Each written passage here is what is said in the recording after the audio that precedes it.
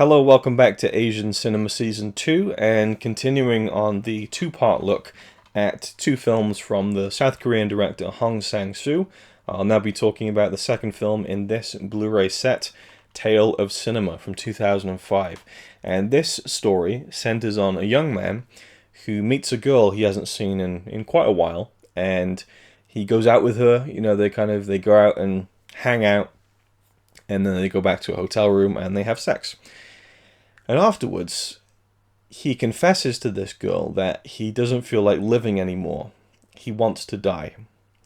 And she admits to him too that she also wants to die. And so they make a suicide pact. And they take some sleeping pills. And they decide to die.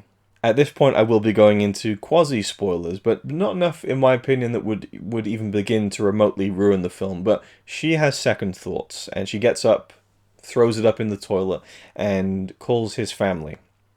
So his father comes and finds him, takes him to the hospital, he has his stomach pumped, and he survives, and is taken home, where his mother berates him for having done this.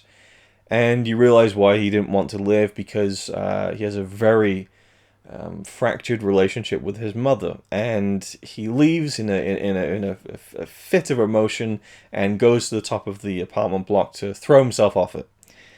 But his family don't come to stop him, and he realizes how alone he really is. And music begins to play, and then suddenly we cut to the outside of a theater, and we hear that music, but kind of echoey now, as if it's coming from another room. And we follow a character leaving the cinema, having just watched the previous film that we just watched. Movie within a movie. It's called Tale of Cinema. Would you expect anything more than at least some aspect of meta storytelling in the movie? So the first 40 minutes of Tale of Cinema is in fact a movie within a movie. And we follow then the man who watched the film, and as he sees the actress who played the girl leaving the cinema, and he follows her as she goes to different locations from the film, and he wonders if she's reenacting the movie. And he tells her, when he eventually plucks up the courage to speak to her, that he knows the director who made that short film, who is now very ill at the moment in hospital. That's why they're kind of doing a retrospective of his works.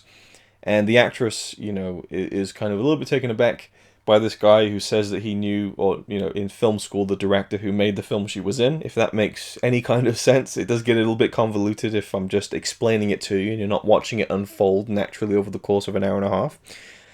But regardless, there's a man who says that he knew the director of this film, and that the film is based on his life, and that he had made this suicide pact.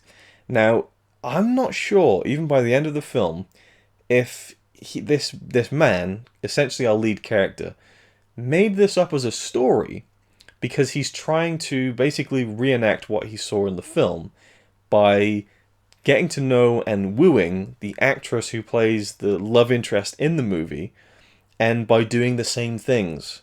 I really don't know, actually. At first I bought it, that he was this guy who many years ago had kind of decided to kill himself with this girl, and it hadn't gone well, and all this kind of stuff, and he told his filmmaker friend, who went on to make a movie about it.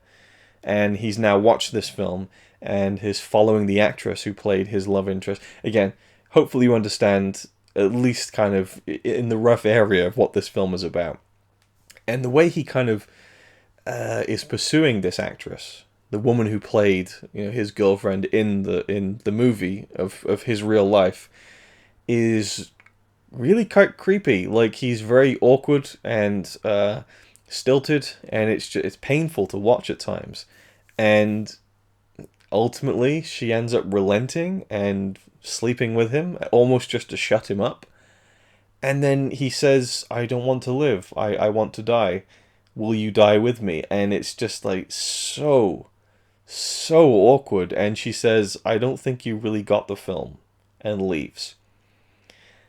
And I don't think I really got this film either. Like, it was so promising up to a point. But again, for me, it just didn't seem to stick the landing in any way. But I would say that this is a much better film, or at least a much more enjoyable film for me than Woman is the Future of Man. But Tale of Cinema, it felt like such a great... I love the concept. of the first 40 minutes of your movie being a movie within a movie, and then there's a guy who believes that this was based on his life, and then starts pursuing the actress who played, his real life, girlfriend. Really cool concept. But I just feel like certain elements it didn't coalesce for me in a way that made it a really good film, and I wish it was. I really do. And again, the acting is good, but I have to say, and I might get crucified for this. I know people really love Hong Sang-soo. I didn't think that the film was made all that well because there's this crucial element of the way that the film is shot that, again, from what I understand, this is like one of his signatures, is the zoom. So the beginning of the movie, and this isn't present in Woman is the Future of Man, where the camera zooms in, and it's kind of like, like that. It zooms in, very very abruptly. Just so we come in like this, and it's kind of more of a close up. The characters are speaking and whatnot, and then as the kind of flow of the discussion continues, then the camera zooms out again. It might come back in, and it just felt so amateurish. And I don't know, I don't know how you make a zoom feel cinematic, but it just felt too quick. And I was always aware that I was watching a camera zooming in. It made me think of a guy behind the camera. It made me think of a crew, and it took me out of the drama at times. And there's often scenes with characters sitting at a table in profile, and when one character's speaking, the camera zooms in on them, and then it zooms out and it zooms in on the other person, and it just felt like a director was going, oh, I don't want to do lots of shots. I'll just zoom in on each character while they're speaking. We'll do it one take. I'm sure that's not the case, but that's the sense that I got. There's even one moment where it zooms in on no one in particular, then it zooms out, the character walks through the frame, and then just before it cuts to the next shot, we get a little wobble of the camera as it's, as they're kind of turning it off, and I'm just like, what? Like, you edit that shit out. Like, and here's the thing. Once I learnt that this was a movie within a movie, I was like, oh, that's brilliant, that's genius. What this is showing is that, that there's a visual style to the movie within the movie, but now we're in the movie, so we're not going to get that kind of amateurish zooming.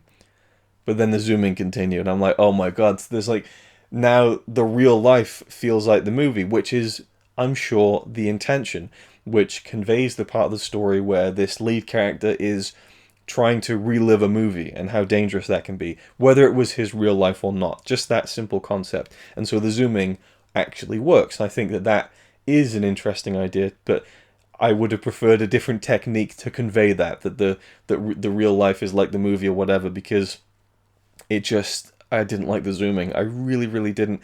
And when it continued throughout the majority of the film, I was crestfallen. I was like, oh no. And again, yeah, just like not cutting off those few frames where the camera wobbles, when they were clearly like, okay, the shot's done, let's take the camera off. I don't know. I just think, like, when I make a YouTube video and I'm sat there kind of fretting over the frame in which the fade in begins, not that I'm saying it's even good when I do that, but if I'm like on that about a YouTube video and here's someone making a theatrical movie and they don't see that there's that little wobble before they cut, I don't know, I just feel like that's, and I'm sure the people who say it doesn't matter, and it really doesn't actually, but these things I notice and it throws me off a little bit. I did like it more than Woman is the Future of Man. I probably would revisit it, but again, I ultimately feel like both movies are about pathetic men who pursue a woman relentlessly to the point where they conquer her, and then they realize that didn't really do much for them to begin with, and they're left feeling the same. And that just ain't interesting to me, So this might be a Blu-ray that I end up selling, but I don't know. I feel like I should give him another go at some point, and I might there might be some crucial element that I'm missing in both these films that just will unlock a different understanding. I'm certainly open to that, but I think I will try and watch some of these special features. I watched the Tony Raines interview on this one, Tale of Cinema. He gives a 20-minute kind of discussion on the film, and I have to say, even Tony Raines, with 20 minutes to talk about this film, he never really praises it so much. You know, he's just talking about a lot of it is Rains kind of going, well, it could be this or it could be that. You know, he doesn't really settle in any kind of opinion. It feels like it's just a whole load of, well, it could mean this, it could mean that. You know, and it's a lot of kind of, well, da da da da da. And I feel like Rains is usually a bit more laser focused on his kind of discussions. So I don't know. Maybe it's a thing where he had stuff to say about it, but he doesn't think it's a particularly great film. But then he wouldn't want to say that on the kind of release of the film. I don't know. But it was telling to me that he was never actually kind of commenting on the quality of the movie. At least that's what it felt like to me. And yeah, so I'll maybe check out the rest of the special features, give this Blu-ray a real deep dive, and then offer up a third video where, you know, maybe my opinion will change somewhat. Maybe that will be the kind of the light shedding moment where I delve into more of the interviews and making of pieces on the Blu-ray. But Tale of Cinema for me, it was a good film. It was a good film. And I would say Woman is the Future of Man is a good film, but I didn't enjoy them very much, you know. And I felt like there was more potential there. And I've said before, you know, it's that idea of, you know, coming out of a movie going, I wish it'd been more like this or more like that. But when you don't like a film, that's kind of the way that, or at least me, that's the way I look at it. It's like, well, if only that had been focused on more, then it might have made it a better film. But, you know, you could get completely lost in your own head as someone who talks about movies on YouTube a lot if you start thinking about that, because that essentially means that any review that I've done, which at this point is like hundreds and hundreds, if not like maybe 1,000 reviews that I've done, you know, it all is, anytime I have something bad to say, it's like, well, it could have been more like this. And I do think that ultimately a film is a film. And, you know, you're not the person making it, it's the director of the movie. That's their vision. That's the way it's presented. Like it or leave it. That's the way the movie is made. But, you know, I guess that's part of the discussion is, well, what if it had been like this? What if it had been like that? But ultimately, I do find it difficult to get into movies where the characters aren't really likable. The actress in the film, you know, is played well by the actual actress of the movie, but she, you know, again, we don't really dive into her character too much. She's just deflecting this guy for the majority of the movie. Then she gives in, and then she leaves, and then he is just, you know, pursuing, and it's not likable. You know, I will say the actor who played the lead character in the movie within the movie was phenomenal. Like when he's walking out, you know, out in the street at late at night with the girl who he's made this suicide pact with, and he's just like, tears are streaming. Phenomenal acting, like really emotional stuff. Someone who has kind of decided they don't want to live anymore, and they've committed to that, and how that hits them. You know, that okay, this is for real now. We're gonna do this, and him crying over that, but also crying over how he feels about his life. Beautifully acted, you know. These films aren't completely without merit, to say the least. But ultimately, I keep saying ultimately because I'm trying to wrap myself up here, but I feel like I could just keep talking and talking about these films. But, you know, seeing as I don't have too many good things to say, I think I'll leave it there. But I do think that the Zooms are kind of a Hong Sang-soo, you know, signature, tradition. I don't know, you tell me. I'm sure there are many people who are watching this who have seen more of his films and probably count these two as wonderful masterpieces and think I'm talking out my ass. But for me, it just didn't work completely or fully, or even that much, to the point where I enjoyed the movie, you know. So very disappointing for both. I think I would want to revisit Tale of Cinema much more than Woman is the Future of Man. But I feel like I might be inclined to revisit both at some point just to give them a second chance. I haven't completely written them off, but I'm close.